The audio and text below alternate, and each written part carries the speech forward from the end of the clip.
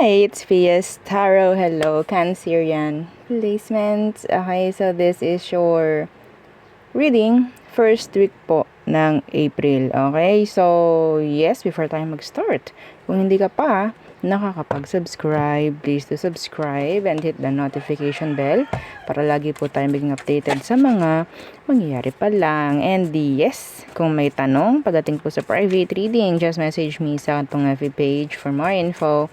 Ganon din po pagdating sa iba nating mga charms, sa mga items natin. So, yeah, sa mga bago, okay?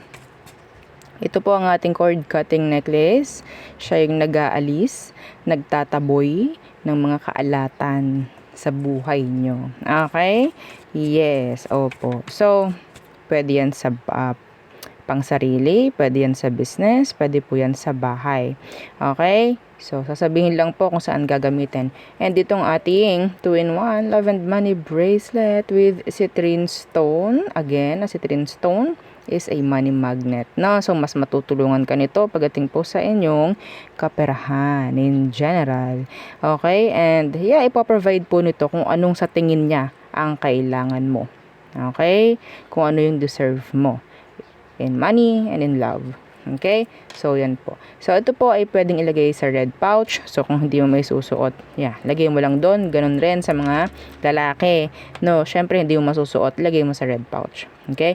So, next, yung ating granter necklace. So, si granter naman, ang tagapag-grant ng inyong mga hinihiling. Okay? Opo, mga hinihiling, wala po ditong limit.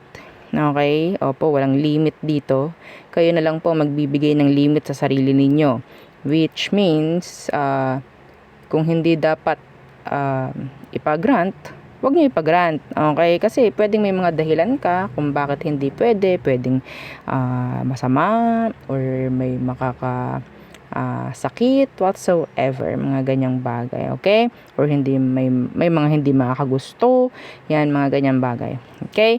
So, yun po ha, iwasan na lang, kasi kung mag-grant man yan, kasi syempre, yes, may possibility, okay? Kasi nga, ito ay granter, anything, no? So, kung mag-grant man yung hindi dapat, may balik po yun sa'yo, okay? May balik po yun, oo, so, transparent lang tayo. Palagi kong sinasabi yan. Again, this is unisex. Made to order po. No, si granter necklace. And next, yung ating mga evil eye protection. So, ito sila. Ayan. O, ito palagi kong gamit. Oo. Okay. So, minsan ito. So, ito yung ating evil eye necklace. Ito yung ating ring. Adjustable po yung ring natin. Open kasi yan. So, naya-adjust. Pwedeng sikipan, pwedeng luwagan. Okay. So, yes, meron din tayong mga bracelets. And, itong ating cleansing kit. Available po yan, ha. So, yung kasama ng cleansing kit natin, ito yung selenite po, ha. Ito yung pang-recharge po, ha, ng inyong mga charms. So, ito siya. Okay. Dito nyo itatabi yung inyong mga charm. Crystal po ito. Okay. Raw crystal, raw selenite crystal, ganyan po, okay, so yan po na, transparent yan, see, okay, so ganyan siya, simple lang to, pero napakalaki ng job description, oh. To recharge your charms, your crystals, kung meron man. Pwede nga rin ito every time na madadrain ka, feeling madrain ka, hawakan mo lang to. Yeah, itong si selenite. Dapat po legit selenite, ha? Okay? Para may talab, syempre. So, yun po ang kasama ng ating, tawag dyan, cleansing kit. So, sage po and yung ating selenite crystal. Next is yung ating healing oil. So, si healing oil, siya naman po yung napakagaling pagdating sa pag-aalis ng mga masasakit sa katawan mo. Okay? So, yan po, no? Ito po ay 30 ml, o, diba? May nakigamit. Oo, pwede po ito na i-share, opo. So, kung napakabait mong nilalang, gusto mong mag-share, oo, sa kapatid mo, dyan sa bahay nyo, magulang mo, kapitbahay mo, friend mo, Pwede, opo. Hindi naman to pang personal no. Itong ating healing oil, no. Opo. So, yeah, maganda rin po ito na ipanglangis din sa inyong mga mutya, sa inyong mga medallions kung meron man. And ganun rin pagdating po sa mga charms. Every time po na magka-cleanse, yeah, importante is kahit sabihin nating once a week, okay, na inyong malangisan yung inyong mga alaga, no. So next, so ito na yung ating bumibida.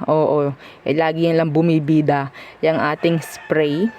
Minsan talaga bultuhan na yung pagbili, yung pagpapagawa ng mga kliyente natin. Thank you naman kasi yes, maganda kasi yung effect. And nandun yung trust nila. No, so yeah, ito yung ating charm spray na sinasabi kong automatic kung makaka-connect ka po sa energy nito. No, okay, so energy ng ating charm spray is mataas. Hindi ito nag-chase, hindi ito nagbe-beg, hindi siya nagiging needy. No, so kung ano man ang kailangan mo at gusto mo pagdating sa pamamera at sa love, hindi mo kailangang hingiin. Okay, ang paghingi po is nasa mababang frequency yan. Tandaan nyo. So kapag ganun ka at nag-spray ka niyan, tingin mo magpapantay kayo ng frequency? It's a no. Big no. Opo. So, meaning, kailangan mong pumantay sa frequency nito. Dapat confident ka sa sarili mo. No? Sa kung anong gusto mong mangyari. Sa pera mo man, sa love life mo man, yan, mga ganyang bagay. Okay, so, this is 50 ml, by the way. And, this is hypoallergenic po, no? So, nothing to worry if you have sensitive skin. Okay, ang bango niyan. So, unisex po yung kanyang scent. So, yeah. So, let's start our reading. Diba? This is for, first week po ng April. First week ng April. What's coming in for you, Cancerians? Okay. Hang on. Inom lang ako. Sandali lang. Okay. So, let's see. Tubig-tubig lang. Okay, first week ng April para sa mga Cancerians. Anong meron? First week. Okay. Toxic work. Ano pang meron? Business. Pero nakuha ko siya nakabaliktad ha. Okay. Nakuha ko siya nakabaliktad. Pero, yeah. I-upgrade na lang natin. So, what else? Mamaya natin i-clarify. No. What's with that no? Iba sa inyo, pwedeng kumukuha kayo ng sign. Kung meron kayong kinakailangan, kasagutan ay yes or no. Pwede sabihin natin niya. Pwede yan. Okay? Pwede yan yung isa. Okay. Job offer. Ay, kung aking pagtatagni-tagniin, tagni-tagni, 'di ba? Ito. Iba sa inyo gusto na mag-resign kasi toxic masyado yung work by the first week of April. Okay? Kung hindi mag-iiba or magre-resign nga, kung hindi magbabago ng employer or kung hindi magbabago ng pinagtatrabahuhan, magbi-business. Yan ang nakikita ko. Okay, some of you needs to watch your spending. Watch your spending. Work from home. Okay, let's see. What's with this? Business. Yung business ang tingnan natin. Anong meron dyan sa business na yan, Cancer? What's with that? First week of April po, ha? First week, meaning April 1 to 7. Okay, the King of Wands in reverse. Nawawalan ka na ng passion. Or sabihin natin parang tatamadin ka, nakakatamad. Or sabihin natin nandun yung kagustuhan mo na may ibahin, or merong idagdag, merong ibawas. Pero yeah, in general, parang some of you may babaguhin po pagdating sa mga business. Okay, sa mga kung ano pinagkakitaan nyo. Yeah, maybe by April, magagawa nyo na yan. or magkakaroon ng plano na may mga babaguhin pagdating po sa pinagkakakitaan. Okay po? So, yeah. Iba po sa inyo, may chance na parang nawawala na yung passion, no, sa mga pinagkakakitaan nyo. Parang okay, para na akong nasa autopilot, like kahit nakapikit ako, kaya ko nang gawin to, parang nakaka-bored na rin, ganyan yung energy. So, I think, yung advice for you, for some of you, kailangan yung i-enhance, no, yung inyong pinagkakakitaan. Kung hindi man po yun ay meron kayong idadagdag or meron kayong babaguhin or meron kayong ililes or iaalis. Okay? So, yeah. Pwede po yan sa April mangyari. April 1st week. So, what's with this no? Ating tingnan niyang no na yan. What's with that no? The Three of Wands. Stop. I'm hearing stop. Waiting for the ships to come in. Ano ba yan? Three of Wands na yan. What's with the Three of Wands? Ay! Okay. Stop expecting. Stop waiting. Stop delaying things. Cancerians. Number 3 could be significant. Okay? Don't delay things. Stop procrastinating. Okay? Kailangan umusad. Opo. Meron mga energy dito na naghihintay something. Pero ang nakuha ko in the end is, sabihin nating hindi rin maganda yung result. Okay? So, ina-advisean kayo na itigil nyo na lang muna. Okay? And focus on something more important. Okay? So, yun ang aking nakikita for you. Some of you, may chance na makakuha ng job offer by April. First week of April. Okay? So, there. So, tayo tumungo sa person. Opo. So, unahin natin ang singles, and then the current person, and then the past person. So, let's see. Single Cancerians. Meron bang papasok first week ng April? When it comes to love. Meron bang papasok when it comes to love? Meron nga bang papasok when it comes to love? Wheel of Fortune. Excuse me. What's with that? Wheel of Fortune. Ay, the Sun in reverse. Ay. Okay. Ibang single dito, sabihin nating may makakalagpas sa inyong magandang opportunity pagdating sa pag-ibig. Bakit? Masyado kayong stuck. Okay, sa kung ano yung parang ginugusto nyo lang. Opo. Merong i-offer sa inyo si Universe. I think this is for you. Talaga. No? Pero i-avoid mo to, or sabihin natin hindi mo papansinin kasi ayaw mo. Kasi meron kang gustong iyo.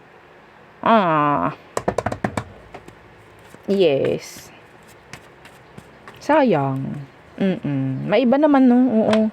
Yung mga ginugusto nyo, ibahin nyo naman muna. Oo. Kunyari, may offer sa'yo na sabihin na, or may lalapit sa'yo, ganto ganyan, hindi mo gusto. Okay? Hindi mo alam, yun na pala yung para sa'yo. Specific yung ganyan. Okay? So, next. The current person. Nache-check lang natin kung anong meron first week ng April. Current person. Okay, the Two of Wands. What's with that? Meron ng paninimbang dyan or pagbabalanse. Anong meron? Six of Cups. Meron pa rin hindi makaget over sa ex, mga Cancerians. Meron pa rin paghahambing pagdating sa ex. Okay? Na magkokos ng digdigdigding imbalance.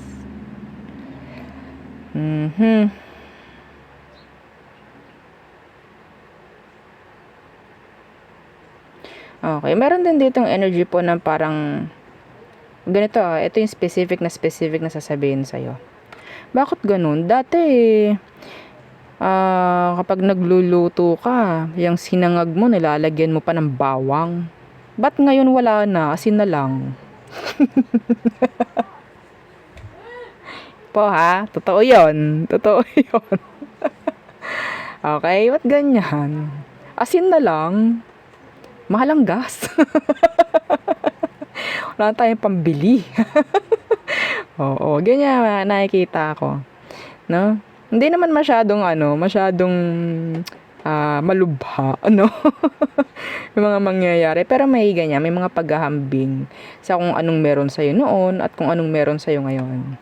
Okay? May mga mapapansin ka na ganyan. Pwedeng ikaw, pagdating sa person mo. Okay? Yeah, pwedeng vice versa or flip. So, the past person. Anong meron? First week po i-note ninyo. Opo, i-note ninyo.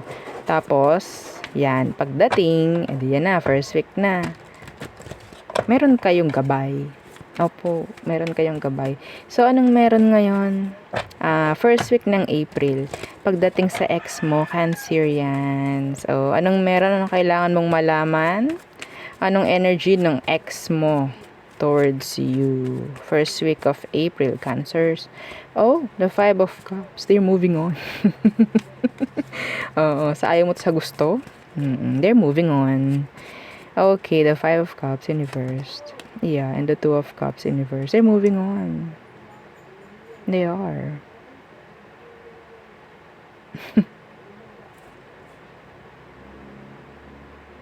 They're unhappy. Yun ang masasabi ko, unhappy. Sa tingin ko malungkot yung person pero parang kailangan na niyang mag-move on from you. It could be you kasi this is all about water, cups, emotions na another cup. Some of you na forgive ka na ng person or ikaw, you have to forgive the person para maka-move on na rin, no? Or maputol na rin kung ano mga dapat maputol energetically. Okay? Yeah, hindi ganun kadali, pero yes. Wala na gaano na epekto kung sakali man. Hindi na naapektuhan itong taong to, itong ex mo. Hindi na siya naapektuhan sa nangyaring separation. Okay? So, yeah. Pero I think the person's still open. Yes, kung magtagpo man kayo ito, babatiin ka niyan, ngingitian ka, mga ganyang bagay. Yeah. So, tayo tumungo na sa all signs, Aries through Pisces. Minsan ito talaga yung hinihintay ng lahat itong all signs. It's like checking ng energies ng mga person nila. Oo. Okay. So, tingnan natin. Again, don't forget to like, share, and subscribe. Sa mga hindi pa nakaka-subscribe at gusto mong maisali sa subscribers read, you need to subscribe po sa FB page po natin. Okay? So, yeah. Let us see. Legit po na FB page yung merong check sa tabi po ng pangalan ko Wala sa taas, wala sa baba, kundi nasa tabi. O, diba? So, tingnan natin. Wala kami sa TikTok. Sa mga nagtatanong dyan, wala kami sa TikTok. So, kung meron kayong mga nakakausap dyan sa TikTok, nakapangalan ko, hindi po kami yan. Tigilan nyo na ang pakikipag-transact. Okay? So, all signs, Aries through Pisces. Okay. So, Aries is nakaka-move on na. Taurus, they're afraid. They're sad. They're crying. They're losing sleep. Gemini, they feel like, nandun yung emotion for you. Okay? Cancer, they want forgiveness. Or they want balance. They want to balance things out. Okay? So, Leo, nagdaan si Leo sa matindihang healing process. Masasabi ko yon. Okay? Si Leo, nag-heal talaga ng talaga. Okay? Hanggang ngayon, dumaranas pa rin ito ng loneliness, okay, frustration, whatsoever, sadness, lahat-lahat, longing, craving, pa rin hanggang ngayon sa'yo. Pero they're trying talaga na mag-move on. Okay? So, Virgo, they're dropping. I think some of them may takot sa situation ninyo, and that's why parang wala na siyang tawag dyan, option, kundi i-drop kung ano man ang meron sa inyo. So, Libra is feeling a missed opportunity with you, or pwedeng ikaw nakakaramdam nun. Okay, so Scorpio, they want answers, they want clarity. Some of you, they want closure. Sagittarius, so nandyan yung pagiging tawag dyan, strong niya. Okay, andun yung ego and pride ng person, andun yung rules.